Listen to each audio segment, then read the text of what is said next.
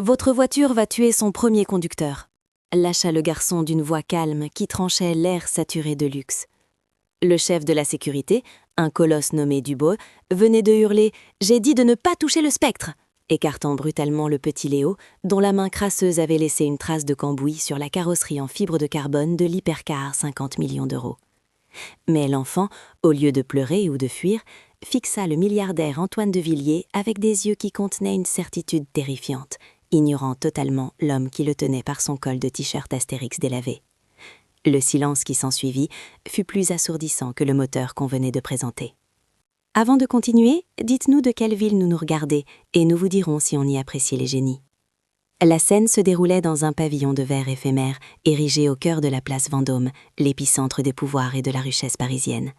Des lustres en cristal, grands comme des voitures, pendaient d'un plafond invisible, inondant de lumière les coupes de champagne et le marbre italien poli comme un miroir.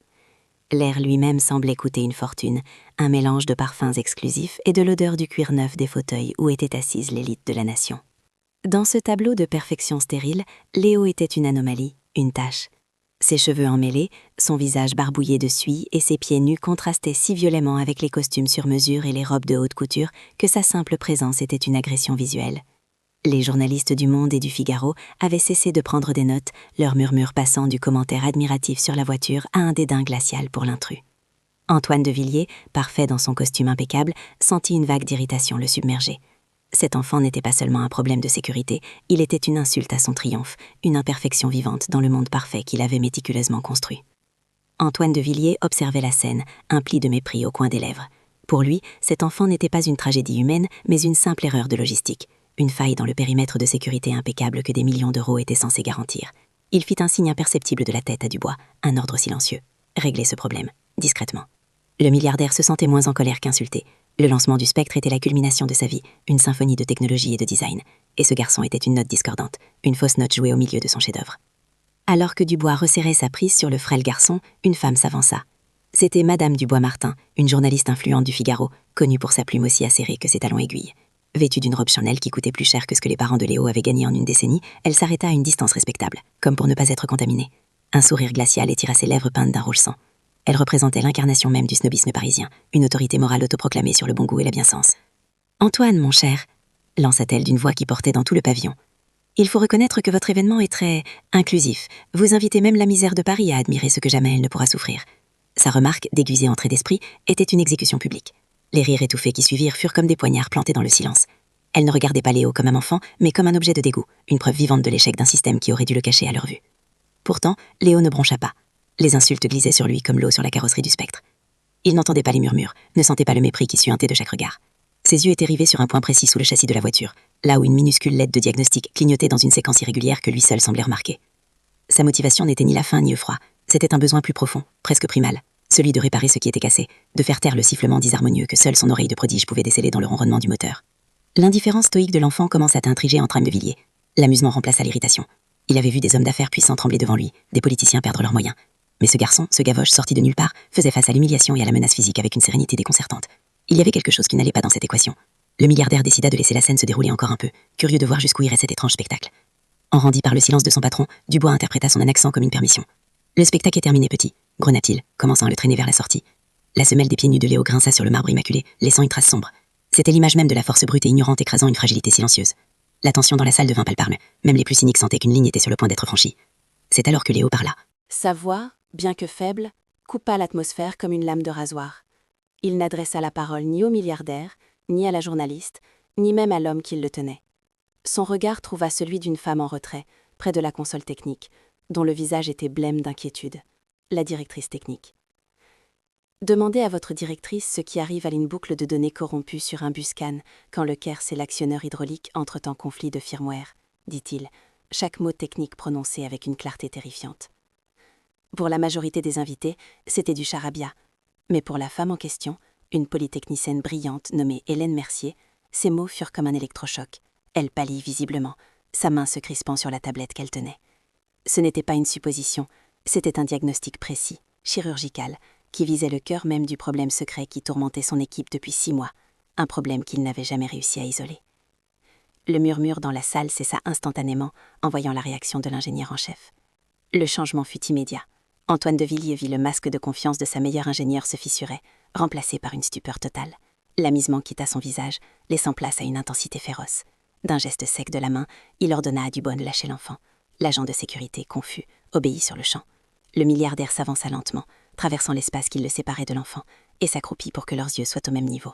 Le mépris avait disparu, remplacé par une curiosité insatiable. « Parle !» dit-il, sa voix n'étant plus qu'un murmure grave. « Je t'écoute. » Face à l'homme le plus puissant de France, Léo ne répondit pas immédiatement. Ses yeux, d'une clarté déconcertante, quittèrent ceux du milliardaire pour balayer la salle. Il ne cherchait pas l'approbation ou la pitié, il cherchait un outil, une surface.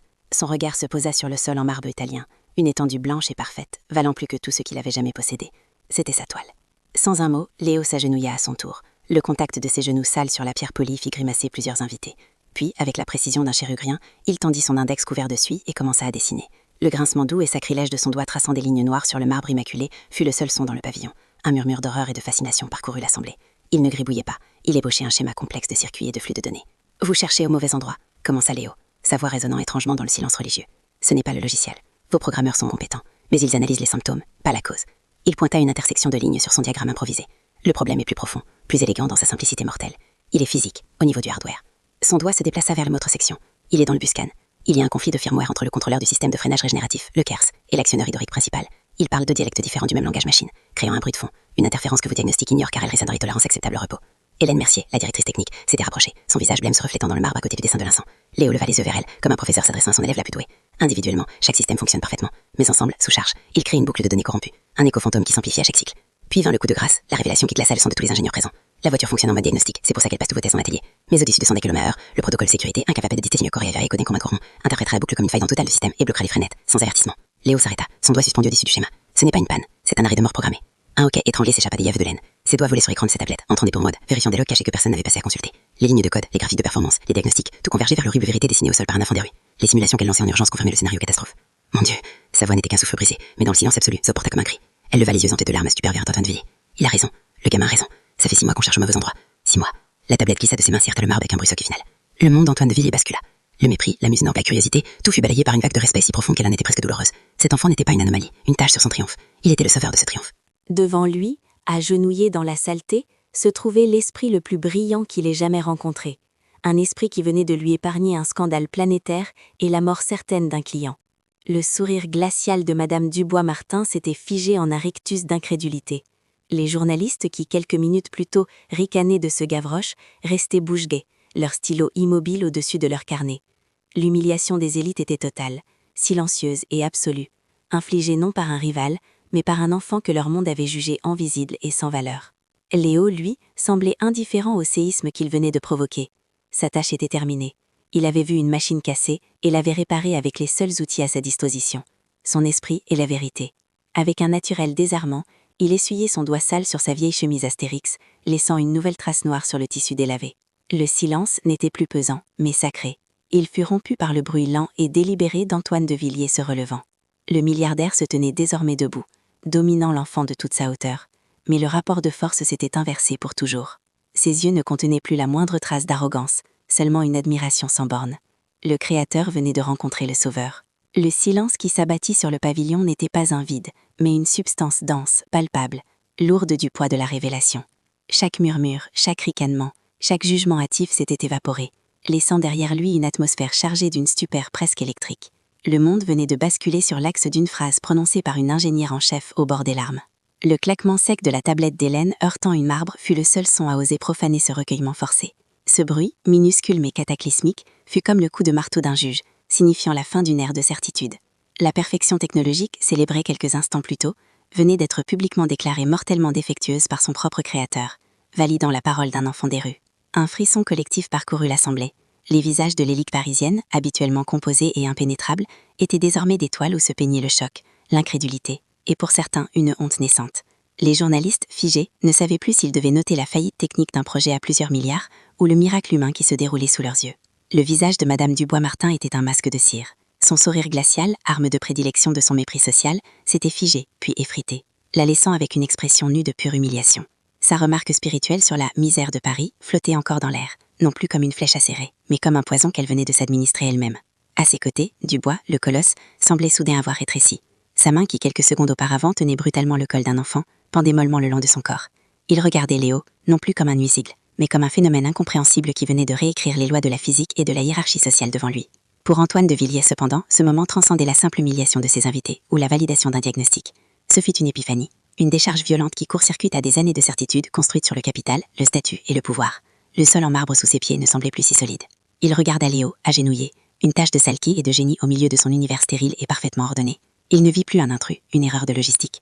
Il vit une flamme d'une pureté et d'une intensité qu'il n'avait pas ressentie en lui-même depuis décennies, depuis l'époque où il n'était qu'un jeune ingénieur rêvant de construire des voitures, avant que les rêves ne soient replacés par des bilans financiers. Dans les yeux clairs et calmes de l'enfant, Antoine vit un miroir. Pas un miroir de ce qu'il était, mais de tout ce qu'il avait perdu. La curiosité brute, la passion qui ne demande aucune récompense, l'intelligence qui ne cherche pas l'approbation mais seulement la vérité. Léo était le souvenir vivant du potentiel qu'il avait sacrifié sur l'autel de l'ambition. Plus encore, dans la solitude de son succès, entouré de flatteurs et de rivaux, Antoine de Villiers comprit soudain que ce garçon était la réponse à une question qu'il n'osait même plus se poser. Ce n'était pas un employé, ni un atout, c'était un but. Un héritage bien plus grand que des hypercars en fibre de carbone. Une nouvelle clarté s'empara de son esprit. La colère, l'irritation, l'amusement condescendant, tout fut purgé. À leur place naissut une résolution féroce, protectrice. Il savait ce qu'il devait faire, non seulement pour sauver son entreprise, mais pour se sauver lui-même. Lentement, avec une solennité qui captura chaque regard, Antoine de Villiers se releva. Chaque parcelle de son corps, de sa posture, à son expression, avait changé. L'arrogance avait été remplacée par une autorité nouvelle, fondée non plus sur la richesse, mais sur une conviction profonde. Il traversa les quelques mètres qui le séparaient de Madame Dubois-Martin, le son de ses chaussures en cuir sur le marbre résonnant comme un compte à rebours. Il s'arrêta devant elle, la dominant, non pas par la taille, mais par la force tranquille de sa nouvelle perspective. Sa voix, quand il parla, n'était pas forte, mais elle porta dans chaque recoin du pavillon, calme, mais tranchante comme du verre brisé. « Madame Dubois-Martin, commença-t-il, chaque syllabe pesée, vous avez un talent certain pour l'observation. Vous avez vu la saleté sur cet enfant. » Il marqua une pause, laissant le poids de ses mots s'installer. « Vous parliez de la misère que nous invitions dans notre monde parfait. Vous aviez raison. Il y a bien une misère abjecte dans cette pièce ce soir. » Son regard d'acier ne la quittait pas. « Mais vous l'avez cherché au mauvais endroit. Vous étiez si occupé à regarder la suie sur ses mains que vous n'avez pas vu la lumière dans son esprit. Vous étiez si prompte à juger ses vêtements déchirés que vous êtes resté aveugle à la brillance de son intellect. La véritable misère, madame, continua-t-il, son ton devenant glacial, n'est pas sur les mains d'un enfant qui a dû se battre pour survivre. Elle est dans un esprit si pauvre qu'il ne sait voir que la surface des choses. Elle est dans un cœur si vide qu'il se nourrit du mépris des autres. Chaque mot était un scalpel verbal, disséquant publiquement la superficialité de son monde. Il ne l'insultait pas, il la décrivait, et ce constat clinique était infiniment plus dévastateur. Elle resta figée, incapable de répondre, exécutée par la classe et l'autorité qu'elle prétendait incarner. Puis, lui tournant le dos dans un geste de renvoi final, il l'effaça de son univers. Le reste de la salle n'existait plus. Son monde s'était rétréci pour ne contenir que 2 personnes, le milliardaire qui avait tout et l'enfant qui venait de tout lui donner. Antoine de Villiers guida Léo loin du tumulte, sa main posée délicatement sur l'épaule frêle du garçon. Ce n'était plus le geste d'un homme puissant maîtrisant une situation, mais celui, instinctif et protecteur, d'un gardien. Il l'entraîna derrière un paravent en lac noir, dans un petit salon privé aménagé pour les conversations discrètes, un havre de silence au cœur de la tempête médiatique qu'il venait de déclencher. Isolé du reste du monde par une simple cloison, le silence qui s'installait entre eux était plus profond que celui qui avait régné dans le pavillon quelques minutes plus tôt. Dehors, les murmures commençaient à enfler, les flashs des appareils photo crépitaient, mais dans ce cocon de cuir et de bois précieux, seul le bourdonnement lointain de Paris filtrait à travers le verre. Le milliardaire s'agenouilla une nouvelle fois, mais cette fois, l'acte n'avait rien d'une stratégie. C'était un geste de pure humilité. Il regardait le visage de Léo, non plus pour y déceler le secret de son génie, mais pour comprendre l'enfant qui se cachait derrière. L'admiration brute avait laissé place à une émotion plus complexe, un vertige face à l'immensité de ce qu'il venait de découvrir. « Léo, écoute-moi », commença Antoine, sa voix basse et empreinte d'une gravité nouvelle. « Ce que tu as fait ce soir, ça n'a pas de prix. Mais le monde, lui, fonctionne avec des prix. Alors dis-moi ce que tu veux. Un laboratoire à toi, des millions sur un compte, la meilleure éducation que l'argent puisse acheter. Demande, et ce sera à toi. » Léo ne répondit pas tout de suite. Ses yeux, qui avaient analysé des schémas complexes avec une précision chirurgicale, balayaient maintenant la pièce avec une sorte de détachement mélancolique. Il ne voyait pas les fauteuils en cuir valant une fortune ou la vue imprenable sur la colonne Vendôme. Il voyait des structures, des assemblages, des choses qui pouvaient être démontées. Il leva finalement son regard vers Antoine. toutes ces lumières, tout ce vert, dit-il doucement, comme s'il se parlait à lui-même. Demain, il n'y aura plus rien de tout ça. Juste la place. Les gens construisent des choses magnifiques juste pour les enlever. Antoine sentit un pincement au cœur. Il comprenait que l'enfant ne parlait pas seulement du pavillon. Ce n'est pas de ça que je parle, Léo. Je parle de toi, de ton avenir, d'une fondation solide que personne ne pourra t'enlever. Dis-moi ce dont tu as besoin. Le garçon secoua lentement la tête, une trace de suie se détachant de sa joue pour tomber sur le tapis immaculé. L'argent ne répare pas les choses les plus importantes, monsieur. Il met juste un pansement dessus pour qu'on ne voit plus la fissure. Son regard se fit plus intense, plongeant dans celui de l'homme d'affaires avec une lucidité désarmante. Une machine, quand on la répare, elle est reconnaissante. Elle fonctionne. Elle reste. Elle ne vous abandonne pas le lendemain matin. Puis, la réponse tomba. Simple, pure et dévastatrice. Une vérité si fondamentale qu'elle anéantit en une seconde tout l'édifice de richesse et de pouvoir d'Antoine. Je ne veux pas de votre argent, monsieur de Villiers. Je ne veux pas d'un laboratoire. La phrase frappa Antoine avec la force d'un poing visible.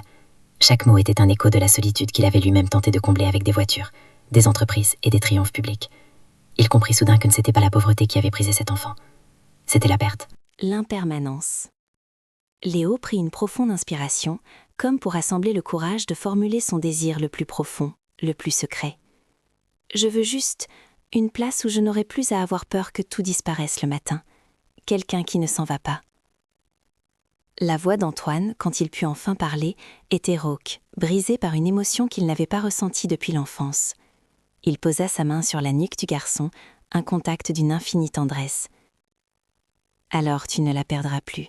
Ta place, elle est avec moi, désormais. » Sa voix était un serment. « Je ne partirai pas. » Pour la toute première fois depuis son apparition, une fissure apparut dans la façade stoïque de l'enfant. Ce ne furent pas des larmes, mais une imperceptible détente de ses épaules, comme si un poids qu'il portait depuis des années venait enfin de se dissoudre. Il fit un lent hochement de tête, un accord silencieux qui valait plus que tous les contrats du monde. Le pacte était scellé, non par l'encre, mais par la promesse de deux âmes solitaires qui venaient de se trouver au milieu du chaos.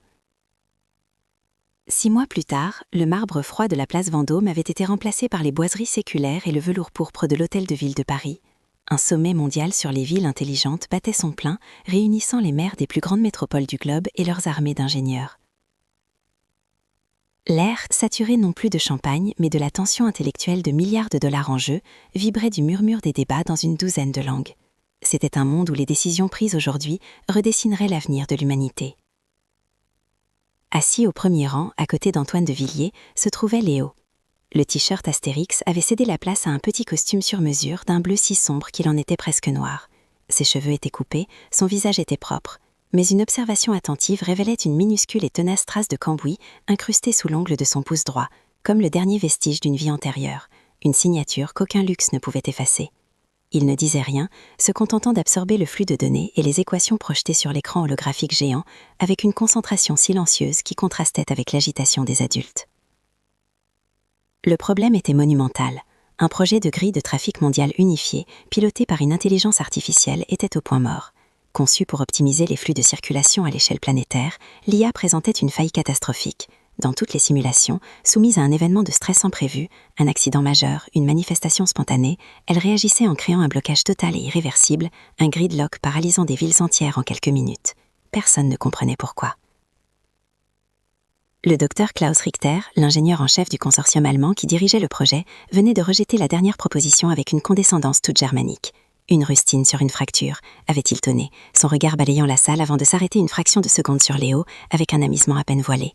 Pour lui, comme pour beaucoup d'autres, la présence de cet enfant n'était qu'une excentricité de milliardaire, une mascotte coûteuse. C'est alors qu'Antoine de Villiers se leva. Il ne haussa pas la voix, mais son calme attirait immédiatement l'attention de toute la salle. Mesdames et messieurs, depuis 2 jours, nous appliquons plus de complexité à un problème qui, peut-être, demande plus de simplicité. Je vous demande d'accorder 5 minutes à une perspective nouvelle, celle du directeur de notre nouvelle division d'innovation fondamentale. Un silence perplexe s'installa, tandis qu'Antoine posa une main sur l'épaule de Léo, l'invitant à se lever. Les murmures se transformèrent en une vague de stupeur, mais Léo, imperturbable, se dirigea vers la scène. Sa petite silhouette se découpant devant l'immense carte holographique du monde créait une image surréaliste, celle de David devant un Goliath technologique. Il prit la télécommande, ses petits doigts se déplaçant avec une assurance déconcertante sur les commandes.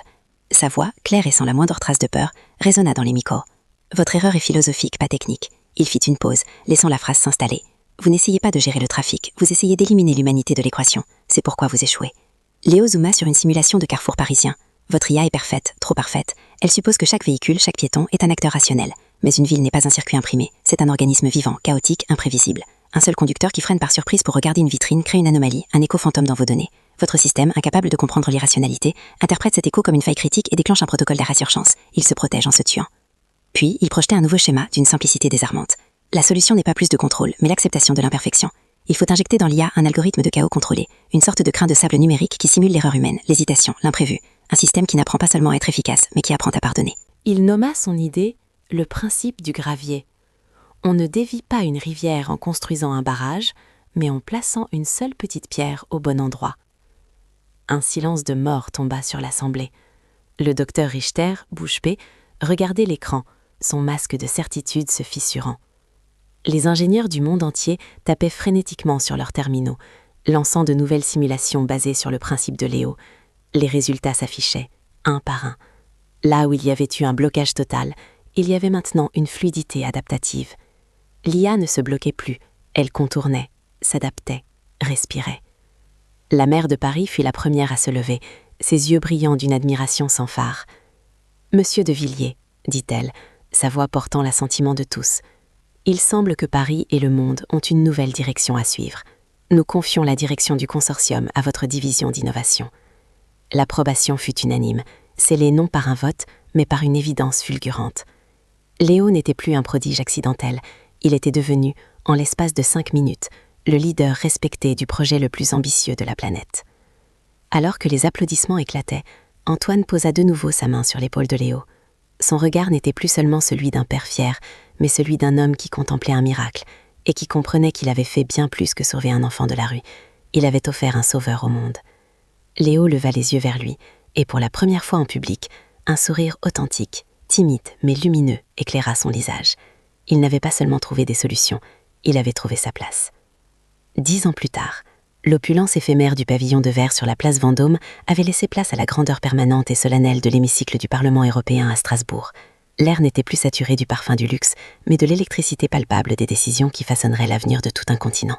Devant une assemblée de dirigeants, de scientifiques et d'industriels, un jeune homme se tenait au pupitre, son image projetée sur des écrans géants. Ce jeune homme, âgé de 18 ans, portait un costume sombre taillé à la perfection, une silhouette d'une élégance sobre qui contrastait violemment avec le souvenir du Gavroche aux pieds nus. C'était Léo. Ses cheveux étaient nets, son visage portait l'assurance tranquille de celui qui a trouvé sa place. Pourtant, un œil attentif pouvait remarquer que sous l'ongle de son pouce gauche, une infime et tenace trace de cambouis subsistait, comme un sceau indélébile de son origine, un rappel constant que le génie peut naître n'importe où. Assis au premier rang, Antoine de Villiers n'était plus le titan de l'industrie au regard d'acier, mais un homme aux cheveux grisonnants dont les yeux brillaient d'une fierté qui transcendait les affaires et les bilans financiers. C'était le regard d'un père contemplant non pas son héritage de métal et de technologie, mais son héritage de chair et d'esprit. Il avait gagné bien plus qu'un ingénieur prodige cette nuit-là, il avait trouvé un successeur à son âme. Léo était là pour présenter officiellement le système de prédiction de défaillance Léo de Villiers, une intelligence artificielle révolutionnaire offerte en open source à l'humanité. En analysant les échos fantômes dans les flux de données des systèmes complexes, elle avait, en 2 ans à peine, réduit de 99% les accidents de véhicules autonomes à travers l'Union européenne et commençait déjà à être appliquée à l'aviation, à la médecine et aux réseaux énergétiques.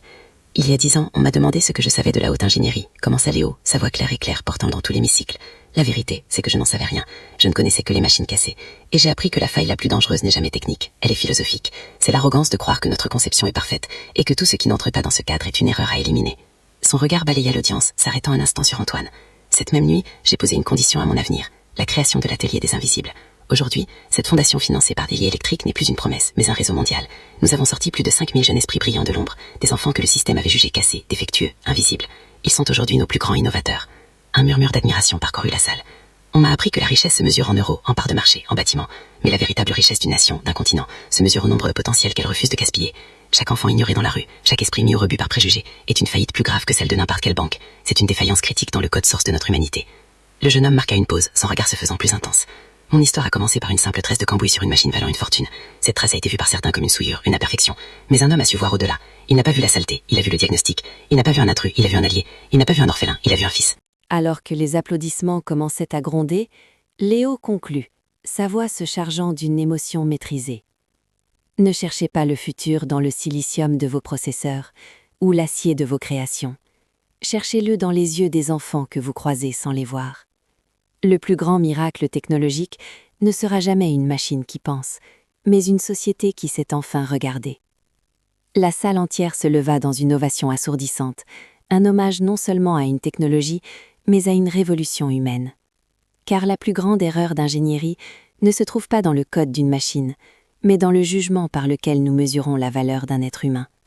Ne sous-estimez jamais les mains qui semblent sales. Ce sont souvent les seules capables de réparer un monde brisé.